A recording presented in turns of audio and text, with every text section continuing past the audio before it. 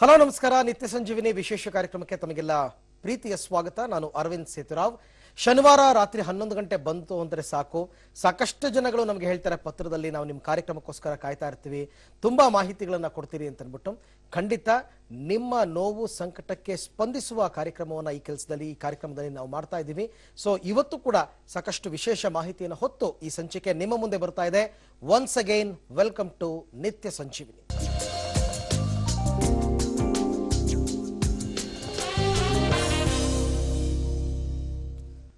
ಎಂದಿನಂತೆ ನಮ್ಮ ಕಾರ್ಯಕ್ರಮದಲ್ಲಿ ಅಂತಾರಾಷ್ಟ್ರೀಯ ಖ್ಯಾತಿಯ ಗರ್ಭಧಾರಣ ತಜ್ಞರಾದಂತಹ ಡಾಕ್ಟರ್ ಸಿ ಶರತ್ ಕುಮಾರ್ ಅವರಿದ್ದಾರೆ. ಕಾರ್ಯಕ್ರಮಕ್ಕೆ ಸ್ವಾಗತ ಡಾಕ್ಟ್ರೇ. ನಮಸ್ಕಾರ. ನಮಸ್ಕಾರ ಅರವಿಂದ್. ನಿತ್ಯ ಸಂಜೀವಿನಿ ಕಾರ್ಯಕ್ರಮದ ಎಲ್ಲ ವೀಕ್ಷಕರಿಗೂ ನಮಸ್ಕಾರ. ಡಾಕ್ಟ್ರೇ, ಒಂದು ಪತ್ರ, ನಾವು ಸಾಮಾನ್ಯವಾಗಿ ಒಂದು ಟಾಪಿಕ್ ತಗೋತೀವಿ, ಪತ್ರದಲ್ಲಿ ಬಂದಿರತಕ್ಕಂಥದ್ದು. ಇಲ್ಲಿ ಒಬ್ರು ಮಾಹಿತಿ ಕೊಡಿ ಅಂತ ಕೇಳ್ತಾರೆ. ಲಾಸ್ ಆಫ್ ಲಿಬಿಡೋ, ಇದ್ರ ಬಗ್ಗೆ ಮಾಹಿತಿ ಅಂದ್ರೆ ಕನ್ನಡದಲ್ಲಿ ಇದಕ್ಕೆ ಲೈಂಗಿಕ ಆಸಕ್ತಿ ಕುಗ್ಗುವುದು ಅಂತ ಹೇಳ್ತಾರೆ. ಲೈಂಗಿಕ ಆಸಕ್ತಿ ಕುಗ್ಗೋದು ಅಂತಂದ್ರೆ ಏನು, ಇದು ಯಾರಿಗಾಗುತ್ತೆ, ಯಾವಾಗ ಆಗುತ್ತೆ, ಹಿಂಗಾಗೋದಕ್ಕೆ ಏನ್ ಕಾರಣ, ಇದನ್ನ ಪತ್ತೆ ಹಚ್ಚೋದು ಹೆಂಗೆ, ಇದಕ್ಕೇನ್ ಚಿಕಿತ್ಸೆ ಇದೆ, ಇದ್ರ ಬಗ್ಗೆ ವಿವರವಾಗಿ ತಿಳಿಸ್ಕೊಡಿ ಅಂತ ಕೇಳಿದ್ದಾರೆ. ಸಾಮಾನ್ಯವಾಗಿ ನಮಗೆ ಈ ನಿಮಿರಿಕೆ ದೋಷದ ಬಗ್ಗೆ ವಿಪರೀತ ಪ್ರಶ್ನೆ. ಇವತ್ತು ಬಹಳ ಒಳ್ಳೆ ಪ್ರಶ್ನೆ ಎತ್ತಿದ್ದಾರೆ. ಅಂತಂದ್ರೆ ಇದು ಲಾಸ್ ಆಫ್ ಲಿಬಿಡೋ ಅಥವಾ ಲೈಂಗಿಕ ಆಸಕ್ತಿ ಕ್ಷೀಣ ಆಗೋದು, ಅಥವಾ ಕುಗ್ಗಿ ಹೋಗೋದು, ಅಥವಾ ಬತ್ತಿ ಹೋಗೋದು, ಅಥವಾ ನಿಂತೆ ಹೋಗೋದು.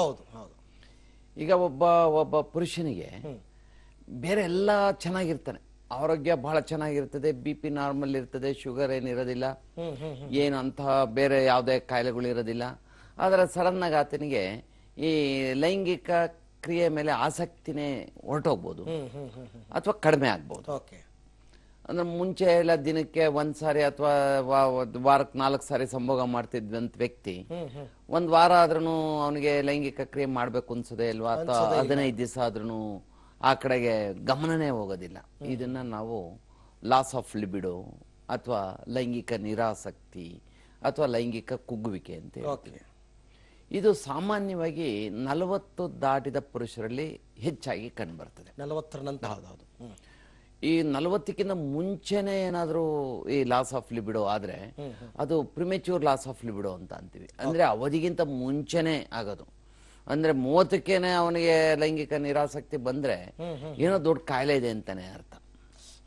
ಯಾವ್ಯಾವ ವಯಸ್ಸಿನಲ್ಲಿ ಯಾವ್ಯಾವ್ದಾಗ್ಬೇಕು ಅದಾದ್ರೆ, ಈಗ ಉದಾಹರಣೆಗೆ ಒಂದು 90 ವರ್ಷದ ಒಂದು ಮುದುಕ ಬಗ್ಗಿ ಕುಗ್ಗಿ ಹೋಗಿ ಊರ್ಗೋಲು ಇಟ್ಕೊಂಡಿದ್ರೆ ಯಾರಿಗೂ ಏನು ಆಶ್ಚರ್ಯ ಆಗಲ್ಲ. ನಿಜ, ಎಲ್ಲ ಮೂಳೆಗಳು ಸೌದಿದೆ, ಕುಗ್ಗೋಗಿದೆ ಶರೀರ ಅಂತ. ಅದನ್ನೇ ಒಬ್ಬ 30 ವರ್ಷದವನು ಅವನು ಬಗ್ಗಿ ಕುಗ್ಗಿ ಹೋದ್ರೆ ಇದೇನಪ್ಪ ಹಿಂಗಾಗೈತೆ ನೋಡ, TB ಗಿಬಿ ಆಗೈತಾ, ಕ್ಯಾನ್ಸರ್ ಏನಾದ್ರು ಆಗಿದ್ಯಾ ಅಂತಾರೆ. ಅಂದ್ರೆ ಆ ವಯಸ್ಸಿನಲ್ಲಿ ಅದನ್ನ ನಾವು ಎಕ್ಸ್ಪೆಕ್ಟ್ ಮಾಡಿರೋದಿಲ್ಲ. ಹಾಗಾಗಿ ಅವಧಿಗಿಂತ ಮುನ್ನ ಈ ಲಾಸ್ ಆಫ್ ಲಿಬಿಡೋ ಆದ್ರೆ ಆವಾಗ ಅದನ್ನ ಪತ್ತೆ ಹಚ್ಚಬೇಕಾಗ್ತದೆ, ಕಾರಣಗಳನ್ನ ಕಂಡುಹಿಡಿಬೇಕಾಗತ್ತೆ. ಈ ವಯಸ್ಸಾಗ್ತಾ ಆಗ್ತಾ ಲೈಂಗಿಕ ಆಸಕ್ತಿ ಕುಗ್ಗೋದು ಸಹಜ. ಅದಕ್ಕೆ ಬಹಳ ಮುಖ್ಯವಾದ ಕಾರಣ ಅಂತಂದ್ರೆ ಈ ಶರೀರದಲ್ಲಿರತಕ್ಕಂತಹ ಲೈಂಗಿಕ ಪ್ರಚೋದನೆ ಕೊಡತಕ್ಕಂತಹ ಈ ಚೋದನಿಕ ವಸ್ತು ಹಾರ್ಮೋನ್ ಏನಿದೆ ಅದು ಕಡಿಮೆ ಆಗೋದು. ಇವುಗಳನ್ನ ಆಂಡ್ರೋಜನ್ಸ್ ಅಂತೀವಿ ಅಥವಾ ಟೆಸ್ಟೋಸ್ಟೆರೋನ್ ಹಾರ್ಮೋನ್ ಅಂತೀವಿ. ಶರೀರದಲ್ಲಿ ಟೆಸ್ಟೋಸ್ಟೆರೋನ್ ಹಾರ್ಮೋನ್ ಉತ್ಪಾದನೆ ಕಡಿಮೆ ಆದ್ರೆ ಆಗೀಗ ಲೈಂಗಿಕ ಆಸಕ್ತಿ ಕಡಿಮೆ ಆಗುತ್ತೆ. ಇದು ಒಂಥರ ಒಂದು ಥಂಬ್ ರೂಲ್ ಅಂತ ಹೇಳ್ಬೋದು. ಒಂದು ಈ ಟೀನೇಜ್ ನಲ್ಲಿ ಎನಿ ಟೈಮ್ ಸಂಭೋಗ ಮಾಡೋದಕ್ಕೆ ಒಬ್ಬ ಯುವಕ ರೆಡಿ ಇರ್ತಾನೆ. ಅದೇ 20s ನಲ್ಲಿ ದಿನಕ್ಕೊಂದ್-2 ಸಾರಿ, ಒಂದು 30s ನಲ್ಲಿ ದಿವಸಕ್ಕೊಂದ್ ಸಾರಿ ಅಥವಾ ವಾರಕ್ಕೊಂದ್ 3-4 ಸಾರಿ, ಇದು 40s ನಲ್ಲಿ ವಾರಕ್ಕೊಂದು 2 ಸಾರಿ ಅಥವಾ 3 ಸಾರಿ, ಒಂದು 50s ನಲ್ಲಿ ವಾರಕ್ಕೊಂದ್ ಸಾರಿ ಅಥವಾ 2 ಸಾರಿ. ಹೀಗೆ ಲೈಂಗಿಕ ಆಸಕ್ತಿ ಮತ್ತು ಲೈಂಗಿಕ ಶಕ್ತಿ ಎರಡು ಕಡಿಮೆ ಆಗ್ತಾ ಹೋಗುತ್ತೆ, ಪೂರ್ತಿ ನಿಂತೋಗೋದಿಲ್ಲ. ಈ ಲಾಸ್ ಆಫ್ ಲಿಬಿಡೋನು ಹಾಗೆ ಒಂದೇ ದಿವಸ ನಿಂತೋಗೋದಿಲ್ಲ, ಕ್ರಮೇಣ ಕಡಿಮೆ ಆಗ್ತಾ ಕ್ಷೀಣ ಆಗ್ತಾ ಹೋಗ್ತದೆ. ಇನ್ನು 2ನೇ ಕಾರಣ ಅಂತಂದ್ರೆ ಸ್ಟ್ರೆಸ್, ಒತ್ತಡಗಳು, ಮಾನಸಿಕ ಒತ್ತಡ. ಎಲ್ರಿಗೂ ಗೊತ್ತಿರೋ ಹಾಗೆ ವಯಸ್ಸಾಗ್ತಾ ಆಗ್ತಾ ಒತ್ತಡಗಳು ಜಾಸ್ತಿ ಆಗ್ತವೆ. ಕೌಟುಂಬಿಕ ಕಲಹಗಳಾಗ್ಬೋದು, ಅಥವಾ ಕುಟುಂಬದಲ್ಲಿ ತೊಂದರೆಗಳು ಉಂಟಾಗ್ಬೋದು, ಸಾಲ ಬಾಧೆಗಳು, ಅಥವಾ ಏನು ಯಾರಿಗೋ ಮಗಳಿಗಿನ್ನು ಮದುವೆ ಆಗಿಲ್ಲ ಅಂತನೋ, ಏನು ಮಗನಿಗಿನ್ನು ಇದಾಗಿಲ್ಲ, ಕೆಲಸ ಯಾವ್ದೋ ಸಾಲ ಬಾಧೆಗಳು, 108 ಕಿತ್ತು ತಿನ್ನತಕ್ಕಂತಹ ಬಡತನ ಇರ್ಬೋದು, ಆರ್ಥಿಕ ಮುಗ್ಗಟ್ಟಿರ್ಬೋದು. ಆಗೇನಾಗುತ್ತೆ, ಮನಸ್ಸು ಈ ಕಿತ್ತು ತಿನ್ನುವ ಈ ಒತ್ತಡಗಳ ಕಡೆ ಗಮನ ಹರಿಯುತ್ತೆ ಹೊರತು ಆ ಲೈಂಗಿಕ ಕ್ರಿಯೆ ಕಡೆ ಗಮನ ಹರಿಯೋದಿಲ್ಲ. ಓಕೆ.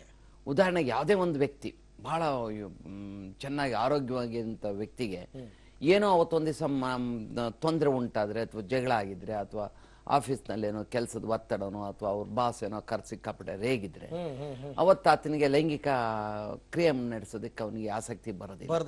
ಅಂದ್ರೆ ಸ್ಟ್ರೆಸ್, ಒತ್ತಡ, ಖಿನ್ನತೆ ಅಥವಾ ದುಗಡ, ಆತಂಕ ಇವುಗಳೆಲ್ಲ ಈ ಶರೀರದ ಮೇಲೆ ಪ್ರಭಾವ ಬೀರಿ ಈ ಲೈಂಗಿಕ ಕ್ರಿಯೆನ ಕಡಿಮೆ ಮಾಡ್ತಾ ಹೋಗ್ತವೆ. ಆದ್ರಿಂದ ಈ ಒತ್ತಡಗಳಿಂದ ದೂರ ಇರೋದು ಬಹಳ ಮುಖ್ಯವಾದ ಒಂದು ಚಿಕಿತ್ಸೆ. ಇನ್ನು ಮೂರನೇದು ಅಂತಂದ್ರೆ ನಮ್ಗೆ ಗೊತ್ತಿಲ್ಲದೆ ಇರತಕ್ಕಂತಹ ಕಾಯಿಲೆಗಳು.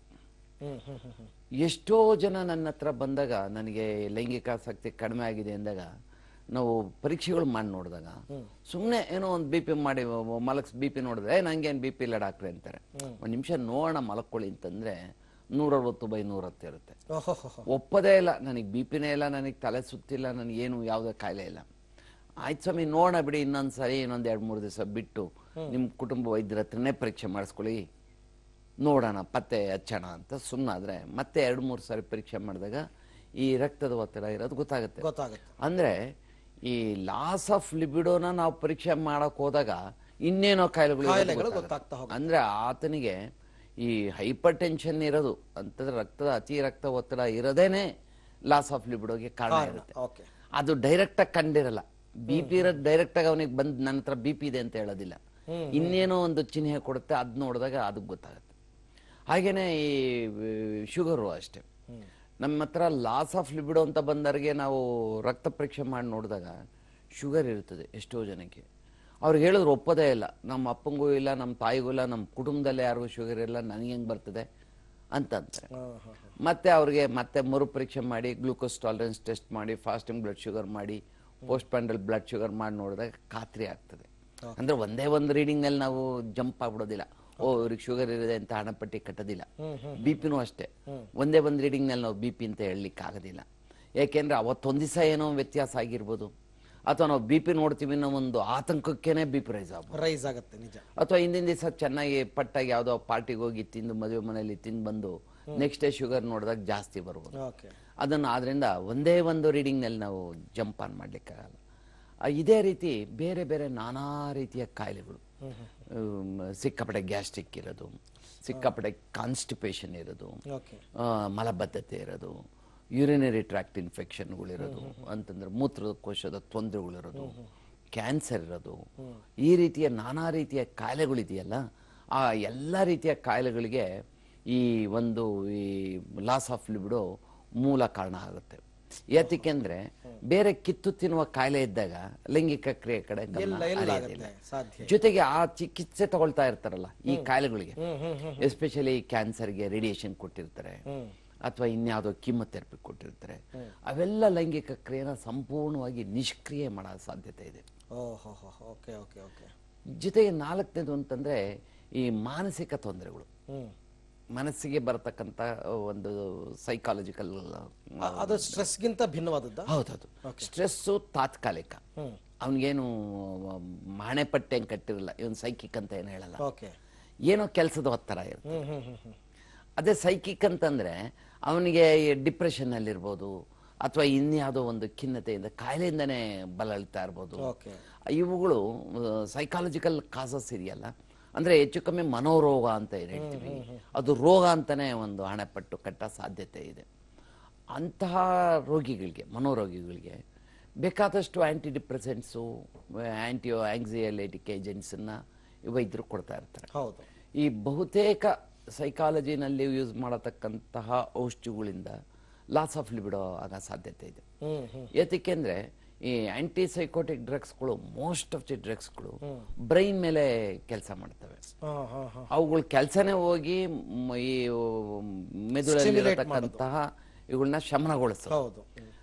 ಆ ರೀತಿ ಶಮನಗೊಳಿಸಿದಾಗ ಏನಾಗುತ್ತೆ, ಈ ಸೆಕ್ಷುವಲ್ ಸೆಂಟರ್ ಏನಿದೆ, ಲೈಂಗಿಕ ಕ್ರಿಯೆನ ಪ್ರಚೋದಿಸತಕ್ಕಂತಹ ಯಾವ್ಯಾವ ಸೆಂಟರ್ಸ್ ಇದೆ, ಅವುಗಳನ್ನು ಕೂಡ ಶಮನ ಮಾಡ್ಬಿಡ್ತವೆ. ಅವ್ ಗೊತ್ತಿಲ್ಲ, ಬರೀ ನಾನು ಇದನ್ನ ಮಾತ್ರ ಮಾಡ್ಬೇಕು ಅಂತ. Okay okay okay okay. ಹಾಗಾಗಿ ಏನಾಗುತ್ತೆ, anti psychotic drugs, anti depressants, anti anxiolytic drugs, ಖಿನ್ನತೆಯನ್ನು ದೂರ ಮಾಡ್ತಕ್ಕಂಥದ್ದು, ದುಗುಡವನ್ನು ದೂರ ಮಾಡ್ತಕ್ಕಂಥ ಎಲ್ಲ ಔಷಧಿಗಳಿಂದ ಈ ಲಾಸ್ ಆಫ್ ಲಿಬಿಡೋ ಆಗೋ ಸಾಧ್ಯತೆ ಇದೆ. ಓಕೆ, ಅಂದ್ರೆ ಲೈಂಗಿಕ ಆಸಕ್ತಿ ಕುಗ್ಗೋದಕ್ಕೆ ಏನು ಕಾರಣ ಅನ್ನೋದ್ರ ಬಗ್ಗೆ ಡಾಕ್ಟರ್ ಸಿ ಶರತ್ ಕುಮಾರ್ ಅವರು ಎಕ್ಸ್ಪ್ಲೈನ್ ಮಾಡ್ತಾ ಇದ್ರು.